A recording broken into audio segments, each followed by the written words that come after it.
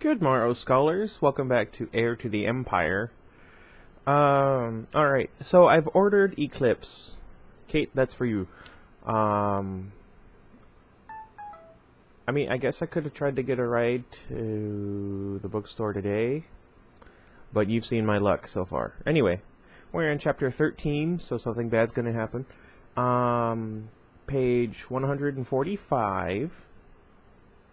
Let's see. I see it, R2. I see it, Luke soothed. Let me worry about the Star Destroyer. You just keep trying to find a way through that jamming. The little droid warbled a nervous-sounding acknowledgement and got back to work. Ahead, the Millennium Falcon had pulled out of its landing approach and was swinging back on what looked like an intercept course for the approaching ship. Hoping Han knew what he was doing, Luke keyed the X-Wing for attack status and followed. Leia, there we go, he called silently. Her response contained no words, but the anger and frustration and quiet fear came through all too well. Hang on, I'm with you, he told her, putting as much reassurance and confidence into the thought as he could. A confidence which, he had to admit, he didn't particularly feel. The Star Destroyer itself didn't worry him. If Lando's descriptions of the sunlight's intensity were right, the big ship itself was probably helpless by now. Its sensors and maybe even a fair amount of its armament vaporized right off its hull. But the TIE fighters protected in its hangars weren't so handicapped. As soon as the ship reached Niklon's shadows, those fighters would be free to launch. Abruptly, the static cleared. Luke? I'm here, Luke confirmed. What's the plan? I was hoping you'd have one, the other said dryly. Looks like we're a little outnumbered here. Does Lando have any fighters? He's scrambling what he's got, but he's going to keep them close in to protect the complex. I get the feeling the crews aren't all that experienced. Looks like we're the attack front then, Luke said. A stray memory flicked through his mind, walking into Jabba's palace on Tatooine 5 years ago, using the Force to befuddle the Gamorrean guards. Let's try this, he told Han. I'll run ahead of you, try to confuse or slow down their reflexes as much as I can. You follow right behind me and take them out. Sounds as good as we're going to get, Han grunted. Stay close to the ground. With luck, we'll be able to run some of them into those low ridges. But don't get too low, Leia warned. Remember that you're not going to be able to concentrate very much on your flying. I can handle both, Luke assured her, giving the instruments one last scan. His first space combat as a full Jedi. Distantly, he wondered if this was how the Jedi of the Old Republic had handled such battles, or even if they'd fought like this at all. Here they come, Han announced out of the hangar and on their way. Why did I change his voice so much?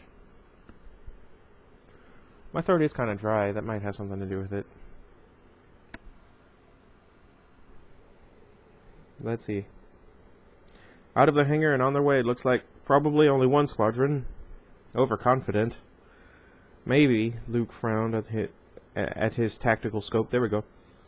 What are those other ships with them? I don't know, Han said. They're pretty big, though. Could be troop carriers. Let's hope not, if this was a full-scale invasion and not just another hit and fade like Bafash. You'd better warn Lando. Leia's on it. You ready? Luke took a deep breath. The TIE fighters had formed into 3 4-ship groups now, sweeping directly toward them. I'm ready, he said. Okay, let's do it. Do it.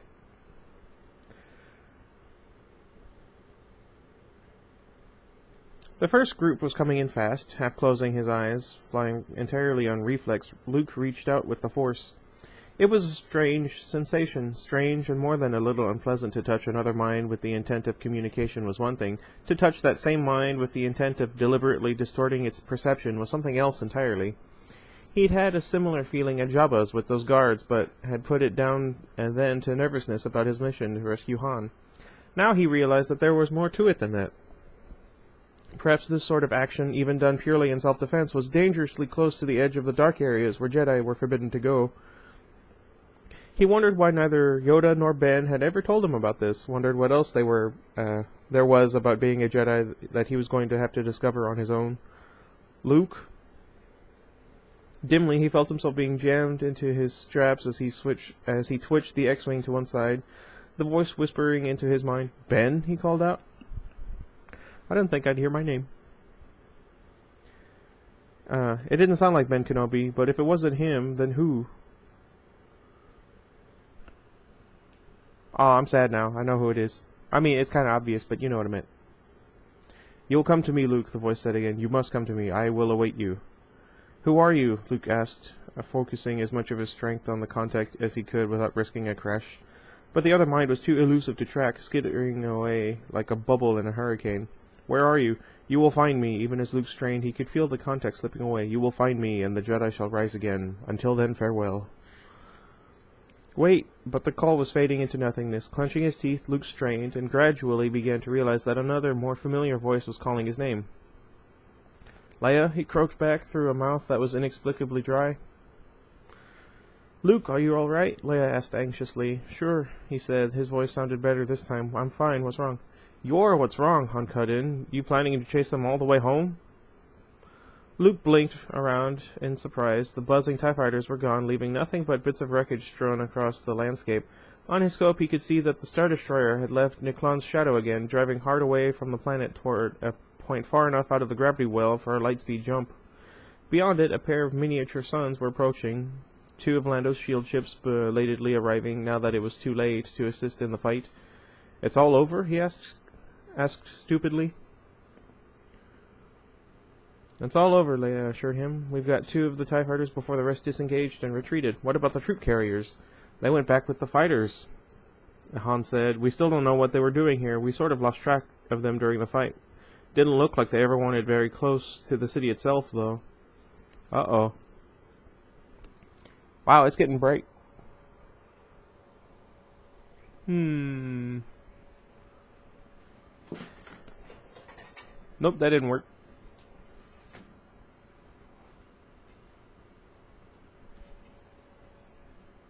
That kinda helps, but...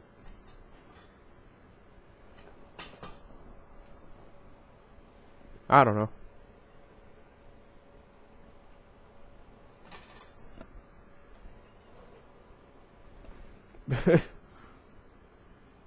Where was I? Let's see. Luke took a deep breath, glanced at the X-Wing's chrono. In and among all of that, he'd somehow lost over half an hour. Half an hour that his internal time sense had no recollection of whatsoever. Could that strange Jedi contact have really lasted that long? It was something he would have to look into, very carefully. On the main bridge screen, showing a little more than a bright spot against Niklon's dark backdrop, the Judicator, I don't know, made its jump to lightspeed. They're clear, Admiral, Pelion announced, looking over at Thrawn. It's been so long since they've been in the book, I've forgotten their voices. Good. The Admiral gave the other displays an almost lazy examination, though there was little to worry about as far this far out in the Thega system. So, he said, swiveling his chair around, Master Kaboth. They fulfilled their mission, Kaboth said, that strangely taut expression on his face again. They obtained 51 of the mole miner machines you sent them for. 51, Thrawn repeated with obvious satisfaction. Excellent. You had no problem guiding them in and out? Kaboth focused his eyes on Thrawn. They fulfilled their mission, he repeated. How many times do you intend to ask me the same question? Until I'm sure I have the correct answer, Thrawn replied coolly. For a while there, your face looked as if you were having trouble. I had no trouble, Grand Admiral Thrawn, Kaboth said loftily. What I had was a conversation, he paused, a slight smile on his face, with Luke Skywalker. What are you talking about? Pelion snorted. Current intelligence reports indicate that Skywalker is... He broke off at a gesture from Thrawn. Explain, Grand Admiral, the Grand Admiral said. Sorry? Kaboth nodded toward the display. He's here right now, Grand Admiral Thrawn. He just arrived on Niklon, ahead of the Judicator. I don't know. Thrawn's glowing red eyes narrowed. Skywalker is on Niklon, he asked, his voice dangerously quiet. In the very center of the battle, Kaboth told him, very clearly enjoying the Grand Admiral's discomfiture. And you said nothing to me? Thrawn demanded in that same deadly voice. Kaboth's smile vanished. I told you before, Grand Admiral Thrawn, you will leave Skywalker alone. I will deal with him in my own time, in my own way. All I require of you is the fulfillment of your promise to take me to Jamark. For a long moment, Thrawn gazed at the Jedi Master, his eyes glowing red slits, his face hard and totally unreadable. Pelion held his breath. It's too soon, the Grand Admiral said at last. Kaboth snorted. Why? Because you find my talents too useful to give up? Not at all, Thrawn said, his voice icy. It's a simple matter of efficiency. The rumors of your presence haven't had enough time to spread. Until we can be sure Skywalker will respond, you'll just be wasting your time there. A strangely dreamy look seeped into Kaboth's face. Oh, he'll respond, he said softly. Trust me, Grand Admiral Thrawn, he will respond. I always trust you, Thrawn said sardonically. He reached a hand up to stroke the Ysalamir draped over his command chair, as if to remind the Jedi just how far he trusted him. At any rate, I suppose it's your own time to waste. Captain Pelion, how long will it take to repair the damage to the Judicator? Several days at least, Admiral, Pelion told him. Depending on the damage, it could take as long as 3 or 4 weeks. All right, we'll go to the rendezvous point, stay with them long enough to make sure repairs are properly underway, and then take Master Kaboth to Jomark. I trust that will be satisfactory, he added, looking back at Kaboth. Yes. Carefully, Kaboth unfolded himself from his chair and stood up. I will rest now, Grand Admiral Thrawn. Alert me if you need my assistance. Certainly. Thrawn watched the other wend his way back across the bridge, and as the doors slid solidly shut behind him, the Grand Admiral turned to Pelion. Pelion braced himself, trying not to wince. I want a course projection, Captain, Thrawn said, his voice cold but steady. The most direct line from Naklon to Jomark. At the best speed a hyperdrive-equipped X-Wing could take it. Yes, Admiral, Pelion signaled to the navigator, who nodded and got busy. You think he's right about Skywalker being there?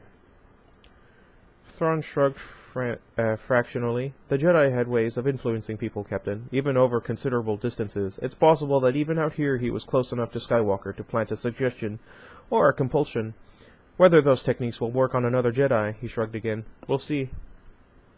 Yes, sir. The numbers were starting to track across Pelion's display now. Well, even if Skywalker leaves Naklon immediately, there won't be any problem getting Kaboth to Jomark ahead of him. I knew that much already, Captain. What I need is a bit more challenging. We're going to drop Kaboth off on Jomark, then backtrack to a point on Skywalker's projected course. A point at least 20 light-years away, I think. Pelion frowned at him. The expression on Thrawn's face made the back of his neck tingle. I don't understand, sir, he said carefully.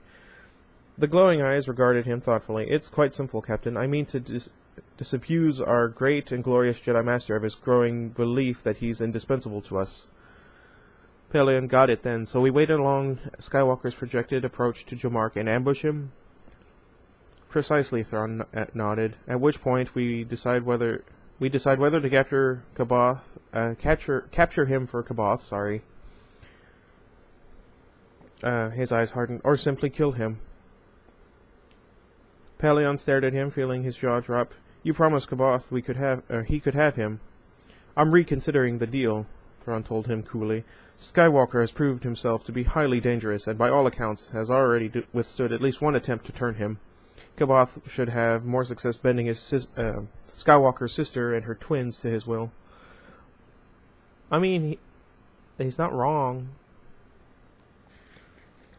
Pelion glanced behind him at the closed doors, reminding himself firmly that there was no way for Kaboth to eavesdrop on the conversation with all the Ysalamiri scattered around the Chimera's bridge. Excuse me. Perhaps he's looking forward to the challenge, sir, he suggested cautiously. There will be many challenges for him to face before the Empire is re-established. Let him save his talents and cunning for those. Thrawn turned back to his monitors. At any rate, he'll likely forget all about Skywalker once he has the sister. I expect our Jedi Master's wants and desires will prove to be as erratic as his moods. Pelion thought back on the matter of Skywalker. At least Kaboth's desire seemed to have remained remarkably steady. I respectfully suggest, Admiral, that we still make every possible effort to take Skywalker alive. He had a flash of inspiration, particularly since his death might induce Kaboth to leave Jomark and return to Wayland. Thrawn looked back at him, glowing eyes narrowed. Interesting point, Captain, he murmured softly. Interesting point indeed. You're right, of course. By all means, we must keep him off Wayland. At least until the work on the Sparty cylinders is finished and we have all the Silamiri there.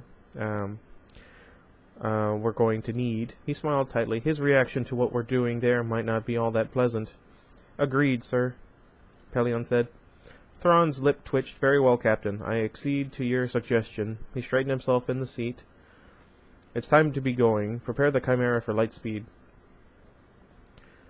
Pelion turned back to his displays. Yes, Yes, sir. Direct route to the rendezvous point. We'll be making a short detour first. I want you to swing us around the system to the commercial out vector near the shield ship depot and drop some probes to watch for Skywalker's departure. Near system and farther out. He looked out the viewport in the clone's direction, and who knows, where Skywalker goes, the Millennium Falcon often goes as well. And then we'll have them all. That was a short chapter. I feel kind of bad. How long is the next one? Okay, it starts on 53, and I think I missed it. Nope. Oh, there it goes. And it ends on 68. So that is what? That's not too bad. Twice as long as this one, just about. Okay. I'll end this chapter here because the chapter ended. I might read 2 or 3 chapters today since I'm going to have some time. I haven't decided yet.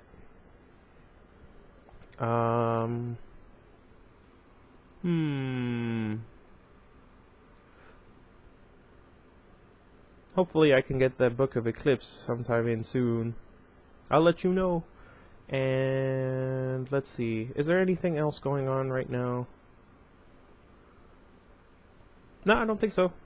Thank you guys for watching. Let me know what you guys would be interested in. I'm really looking forward to getting suggestions from you guys for books to read. I really enjoy reading, and it's something I used to do all the time as a child, and it kind of got phased out because my friends were horrible influences. And it would be a great thing, I think, for me to at least find, let's say each of you gave me a series of books, to get the first one in each, read it, at least read the first chapter of each over the course of a week or 2 or however long it may be, and then go from there. So let me know what you'd like to see, or hear, I suppose. I'm going to try and think of a way I can come up with like a little theme song introduction to every video that I'll probably forget to add. Anyway, until next time, goodbye everybody.